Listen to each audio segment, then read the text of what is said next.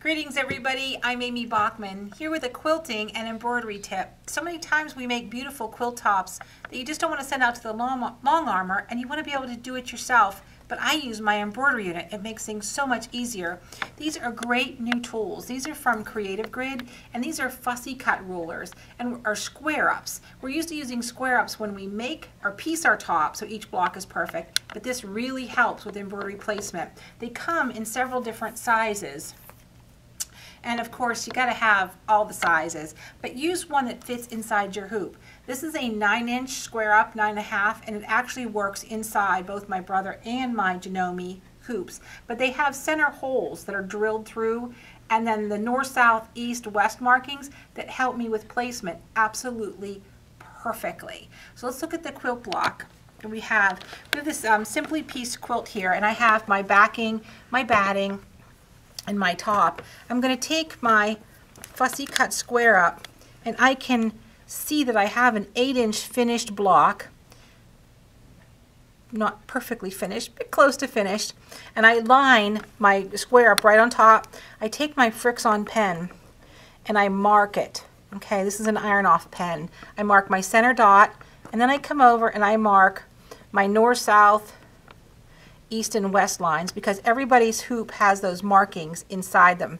So now I know I have absolutely perfect measuring and markings, so when I do my hoop I'm going to have perfect embroidery.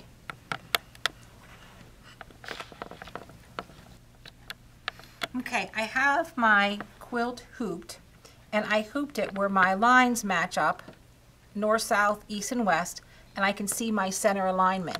Now you know that's where we're going to start our embroidery design, start our needle right here in the middle. And this is my 8x8 hoop from Brother, and then this is the 9.5 by 9.5 from Janome. If you're fortunate enough to have a big enough hoop, this fits perfectly in the hoop to help you realign your markings. I absolutely love these rulers.